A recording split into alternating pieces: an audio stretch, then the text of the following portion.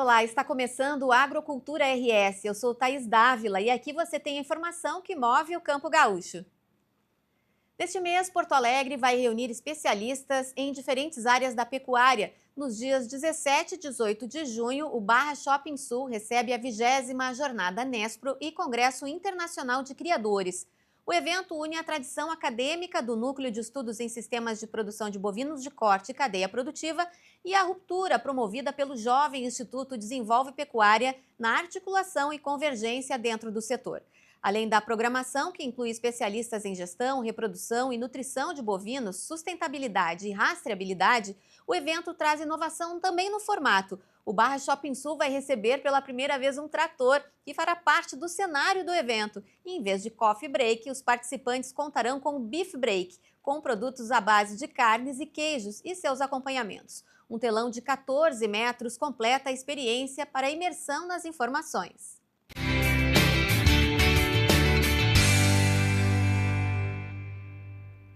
Em abril, o produtor rural gaúcho pagou mais caro pelos insumos e recebeu menos pelo que produziu pela 5ª vez no ano. É o que aponta o relatório divulgado pela equipe econômica da Federação da Agricultura do Rio Grande do Sul. O índice de inflação dos preços recebidos pelos produtores rurais registrou deflação de 2,21% em relação ao mês de março.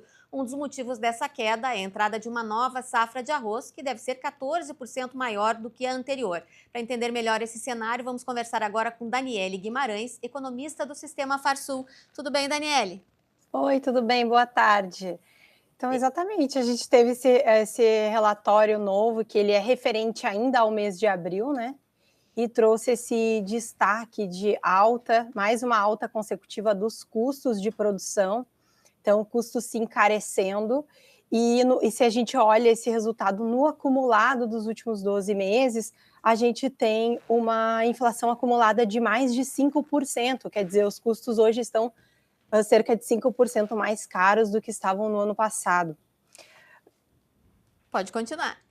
Os fatores que dá para a gente destacar do porquê que esse custo está encarecendo, então, olhando para o recorte do mês de abril, no mês de abril a gente teve 2 principais efeitos que acabaram trazendo essa inflação. Um deles foi a elevação da taxa Selic, que acabou fazendo com que o pagamento de juros ficasse mais caro, e isso pesou na conta dos custos de produção. E também teve um outro fator, que foi o começo da compra de insumos para fazer a safra de inverno. Então, a gente viu o aumento de alguns custos, em especial fertilizante, que ele representa cerca de 20% do custo total, né, operacional. Então, esse começo de compras para essa nova safra de inverno fez com que os preços também tivessem esse aumento pontual quando a gente olha, então, para a questão isolada do mês de abril.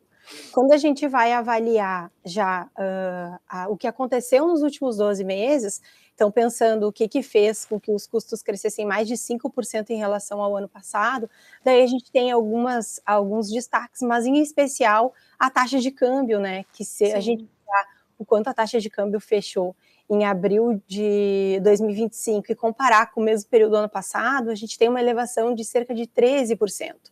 E isso faz com que os insumos fiquem mais caros, porque a maior parte dos insumos, né, primeiro, eles são o que mais pesa no custo de produção, e a maior parte deles é importado. Então, toda vez que a gente vê uma variação da taxa de câmbio, a gente tem impacto no custo de produção. Agora, Daniele, eu falei na abertura aí que a safra de arroz, né, foi 14% maior, e isso em alguma medida mexeu aí com essa deflação dos preços recebidos pelo produtor. Esse movimento do arroz especificamente, nessa época que acabou a colheita e tudo mais, não, é esperado? Ele já acontece tradicionalmente? Sim, então, realmente, a gente teve uma deflação muito forte por parte dos preços recebidos pelos produtores, e quando a gente abre o nosso índice, o arroz é o principal causador dessa desaceleração, né, dessa queda, na verdade, dos preços. Sim, é um processo sazonal, porque a gente está no momento de alta de comercialização, porque a safra foi colhida, não só no caso do arroz, mas no caso da soja também. Mas o arroz, ele tem um preço que mesmo se a gente tirar o efeito da sazonalidade, se a gente comparar o preço do arroz hoje, em torno de R$ 70 a saca, e olhar o mesmo período do ano passado, a gente está com uma saca R$ 20, R$ 30 abaixo do que estava no ano passado. Nossa. E abril do ano passado também tinha o impacto da sazonalidade, né? Então, mesmo tirando o efeito sazonal, a gente tem um efeito estrutural, né?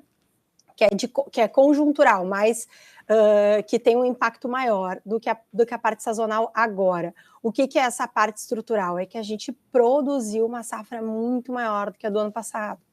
Então, o produtor ele é muito movido à tomada de decisão dele, a como está o preço no momento que ele vai, né, escolher o que ele vai destinar para plantar na sua área. Então, no ano passado, quando a gente estava no momento de decisão, o preço da saca de arroz estava em patamares muito satisfatórios. Então, o produtor aumentou a área de arroz. Aumentando a área de arroz e tendo os bons resultados de produtividade que a gente conseguiu ter nessa safra, a gente acabou colhendo uma safra de 8 milhões de toneladas, o que é uma safra 14% maior do ano passado, né? Então, quando a gente tem esse aumento de oferta nesse ritmo, a gente tem duas soluções, né? Ou a gente tem um aumento, aliás, a gente tem duas saídas, ou a gente tem um aumento de demanda proporcional e daí os preços se mantêm no mesmo patamar, ou a gente vai acumular estoques maiores e daí os preços vão sentir o impacto desses estoques maiores, que é esse segundo cenário é o que a gente vive hoje. Então, ao passo em que a gente ampliou a oferta de arroz nessa velocidade, a gente não conseguiu encontrar uma demanda que crescesse na mesma velocidade. A gente teria que estar exportando mais arroz para que conseguisse chegar nesses patamares. Acontece que se a gente olhar no acumulado de janeiro a abril, a gente exportou cerca de 500 mil toneladas de arroz base casca, aliás, cerca de 400. No ano passado foram cerca de 500, ou seja, a gente está exportando menos do que no ano passado. A gente está com uma produção bem maior e está exportando menos do que no ano passado. E o consumo interno praticamente estável, né? Então a saída do mercado externo acaba sendo uma alternativa para que a gente consiga aí manter os preços. Só que daí a gente tem também um cenário em que a gente tem uma volta da Índia ao mercado internacional, que é o maior exportador de arroz, acaba fazendo com que o preço do arroz no mundo ele caia. E quando a gente se compara com os nossos competidores, que são os nossos vizinhos do Mercosul e os Estados Unidos, o nosso preço da tonelada exportada está mais caro, ou seja, não está vantajoso comprar do Brasil.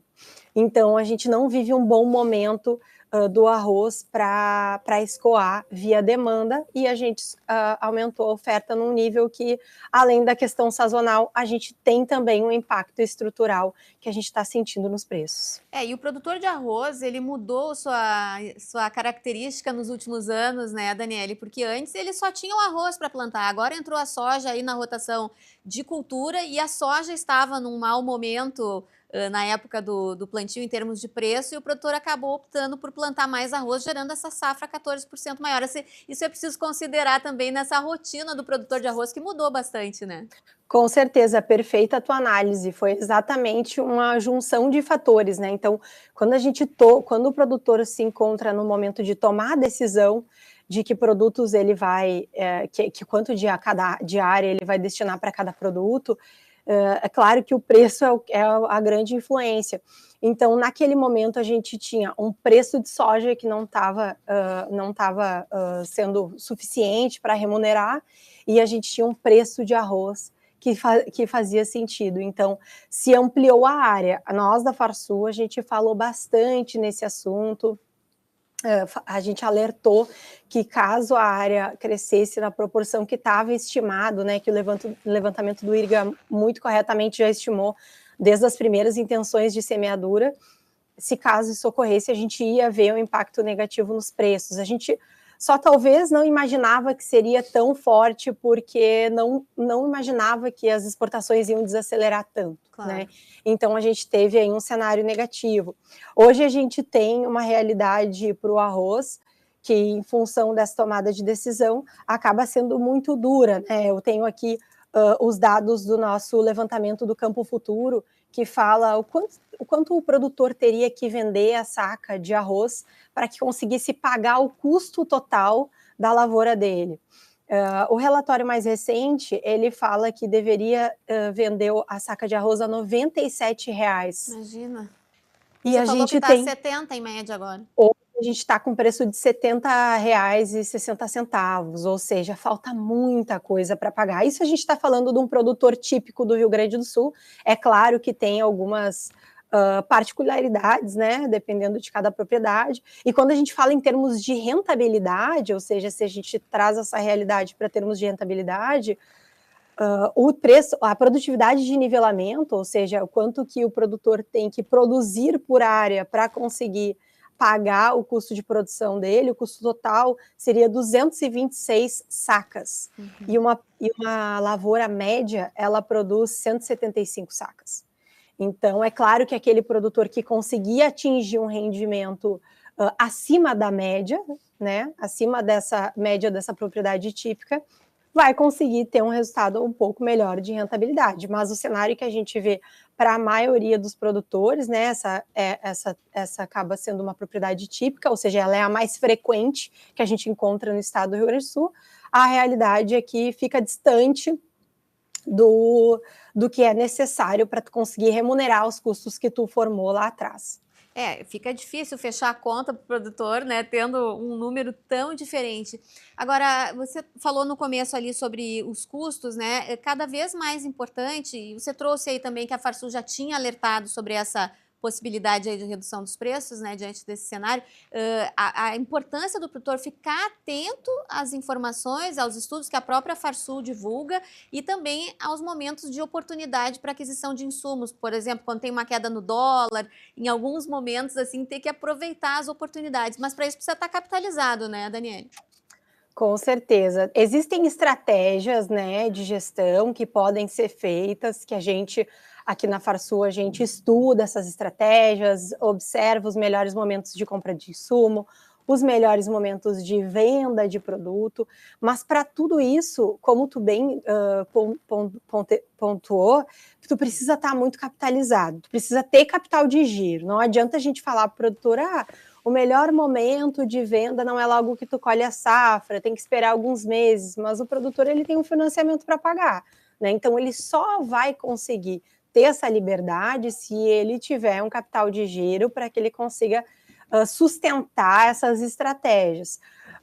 Isso é uma coisa que a parte da gestão da porteira para dentro, ela acaba permitindo. Só que a gente tem outros fatores que é muito difícil a gente exigir também esse tamanho de gestão e de liberdade de fluxo de caixa agora do produtor, falando com um produtor que veio de muitos anos de frustração, né, de safra, e isso agora falando mais dos produtores de lavouras não irrigadas, né, não falando tanto do arroz.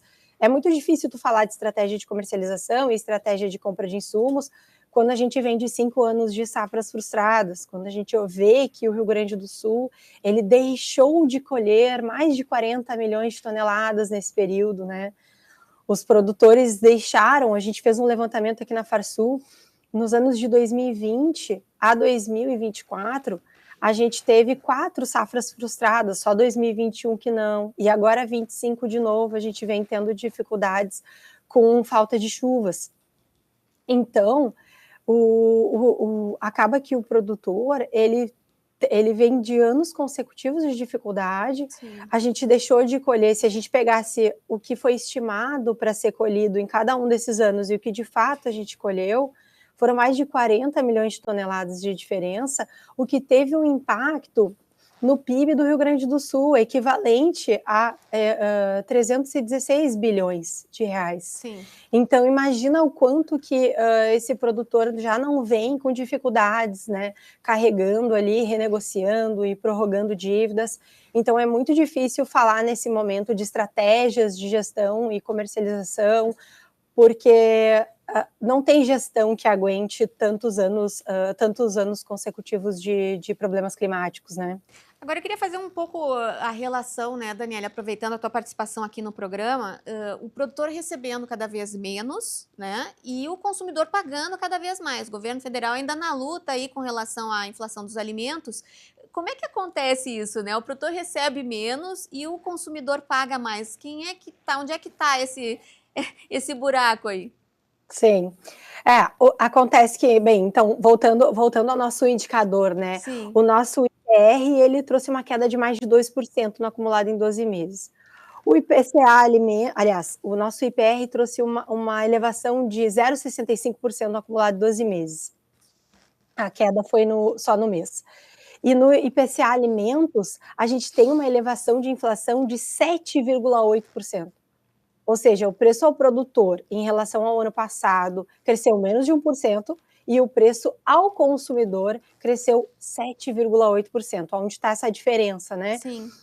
O processo inflacionário entre o preço que o produtor cobra pelo produto dele e o preço que é cobrado nos supermercados, ele não tem uma relação direta, apesar de eles terem sim uma relação, ela não é uma relação direta e ela não é tão rápida entre uma informação e outra. E por que não é tão rápida?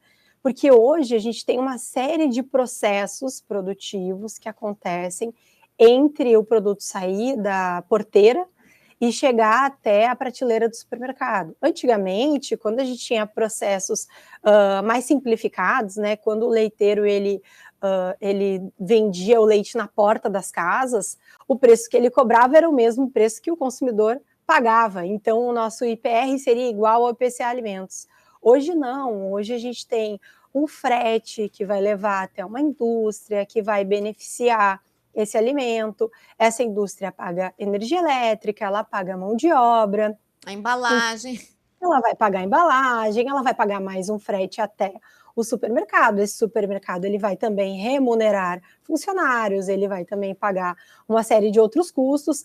Então, estes processos entre a porteira e a prateleira do supermercado estão mais caros, né? Esse é o processo inflacionário que a gente vive hoje no Brasil. Então, o frete está mais caro, então a mão de obra está mais cara, então a energia elétrica está mais cara. Então, estes processos são os que é o ponto onde a gente vê esse produto encarecer, e é por isso que o consumidor lá na ponta, não sente o que o produtor está sentindo, e muitas vezes rola essa confusão, né? Estou pagando mais caro no pão porque o produtor de trigo está cobrando mais caro no trigo. Não necessariamente, tem uma série de processos que acontecem no meio do caminho, e muitas vezes, e agora, nesse momento, esse é o caso, são esses processos que acabam tornando o produto final mais caro.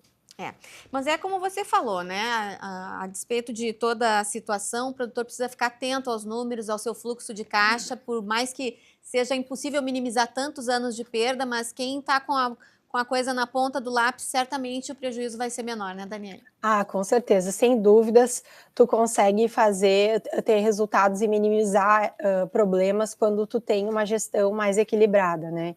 Então, é super importante acompanhar os indicadores, porque se tu consegue acompanhar um momento melhor de câmbio, um momento melhor de comercialização, um momento melhor de compra de insumos, tu vai mexendo um percentual aqui, um percentual ali de diferença, e no final tu consegue ter minimizar, né, os problemas que a gente vem enfrentando. É claro que cada propriedade tem uma gestão, cada propriedade tem uma realidade, mas toda vez que a gente conseguir se informar, porque muitas vezes a gente percebe que o produtor fica muito focado em ter um bom rendimento, e isso o produtor gaúcho faz muito bem, tem excelentes produtividades, mas a gente tem que olhar com o mesmo olhar e o mesmo cuidado também para as nossas contas, né? Porque isso no final do dia pode fazer a diferença. Tá certo, então eu agradeço a participação, Daniele Guimarães, obrigada por estar aqui com a gente hoje. Muito obrigada pelo convite, foi um prazer. Até a próxima. Até a próxima. O Agrocultura RS faz um intervalo e em seguidinha a gente volta com outras informações para você. Até já!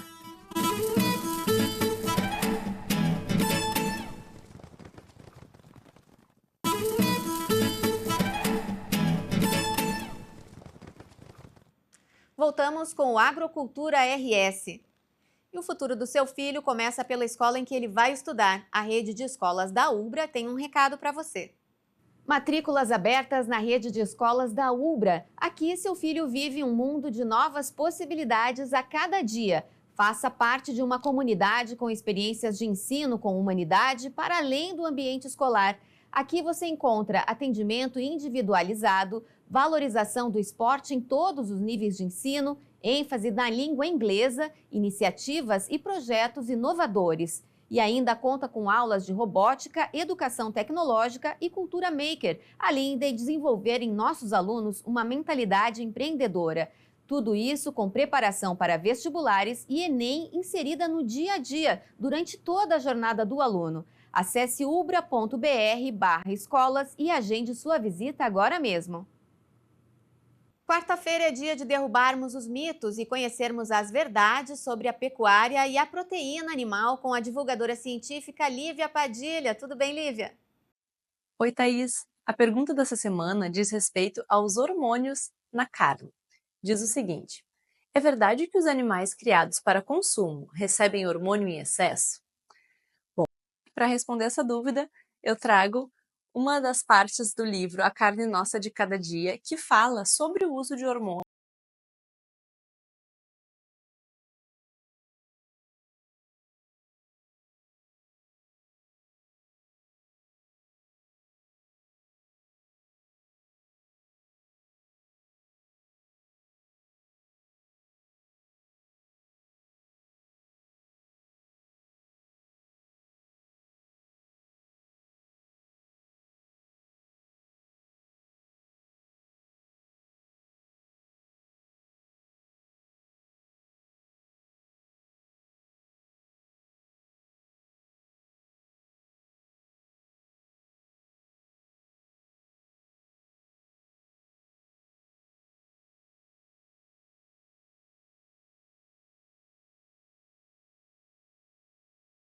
Foi renovado essa semana o seguro da pecuária do Rio Grande do Sul contra a febre aftosa. O Fundo de Desenvolvimento e Defesa Sanitária Animal do Estado assinou renovação com a empresa Swiss RE Solutions. Se conclui um trabalho que foi desencadeado no sentido de buscar a renovação do seguro pecuário, que já vigiu em 2024, 2025 e agora 25, 26.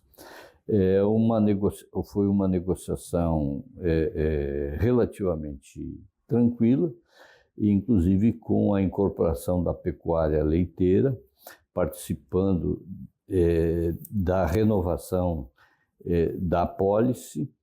E é importante que esse seguro, que é uma condição diferenciada existente na pecuária do Brasil, é uma renovação que conta com a participação da pecuária do Rio Grande do Sul somente, e é num momento especial, no momento em que a pecuária nacional obtém o certificado de livre de febre aftosa sem vacinação de todo o país. O Rio Grande do Sul preocupado em manter uma segurança adicional à produção gaúcha de pecuária, buscou esse seguro, que é um fato inédito no Estado, essa contratação, e nos parece que certamente damos uma condição diferente à pecuária gaúcha, renovando esse seguro de forma ímpar, evidentemente esperando também que os produtores da pecuária de corte, da pecuária leiteira, continuem mantendo a vigilância e as condições de biosseguridade para que o Estado do Rio Grande do Sul não venha a ter nenhuma surpresa com relação à febre aftosa. Recentemente ocorreu o Fórum Estadual de Febre Aftosa durante a FenaSul, e é destacado a importância que nós temos aqui como atividade e que nós temos que dar a nossa contribuição e participação ativa no desenvolvimento do sistema de defesa sanitária animal do Estado. Presidente, falar um pouquinho sobre os números desse seguro, valores, franquia, prêmio e o número de cabeças contemplado. Esse seguro ele contempla a cobertura para o rebanho de bovídeo, que são cerca de praticamente 12 milhões de animais. Tem uma franquia de 13 milhões e 350 mil reais.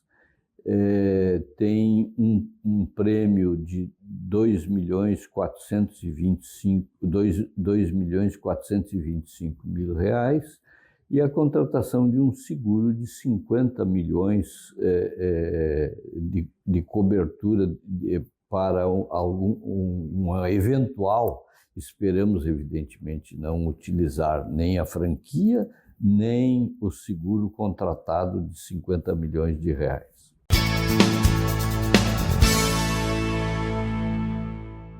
Hoje, o Ministério da Agricultura atualizou a situação da influenza aviária em entrevista coletiva. Atualmente, são 8 suspeitas em investigação, uma delas no Rio Grande do Sul, em Westfália. O mapa continua tranquilizando a população sobre o consumo de carnes e ovos e diz que a doença em granja comercial no Rio Grande do Sul foi rapidamente controlada. Os casos em aves silvestres existem no país desde 2023. Sobre mercados, Carlos Fávaro destacou que são 21 com restrições a todo o país, 14 a todo o estado do Rio Grande do Sul e 4 somente na região de Montenegro. Bom, primeiro, eu já disse a questão da negociação com a China, ela já existe, ela já está aberta, a negociação para diminuir a restrição, mas efetivamente a gente tem que ser mais contundente na negociação a partir do 28º dia, quando a gente possa garantir protocolarmente que o vírus, o foco não saiu do caso inicial e, portanto, o Brasil está livre da gripe aviária e aí ele pode, então, trabalhar de forma mais incisiva na negociação. Mas já há, sim, né, como já disse, e a expectativa é sempre muito positiva. Com relação às perdas comerciais, elas existem, é óbvio que existem, mas, de novo, é uma questão lógica. Se você pensar que 70% da produção fica no mercado interno, não mudou nada, que 30% é destinado à exportação e é a 160 países, e que dos 160, 21 restringiram o Brasil todo. Dos 21, a China é um pedaço dos 21. Veja, há uma diminuição do fluxo comercial, mas que não é tão impactante assim. O que interessa é a gente rapidamente restabelecer a normalidade para que essa perda comercial seja minimizada ainda mais e o mais rápido possível. O Agrocultura RS termina aqui, a gente volta amanhã com outras informações para você. Até já!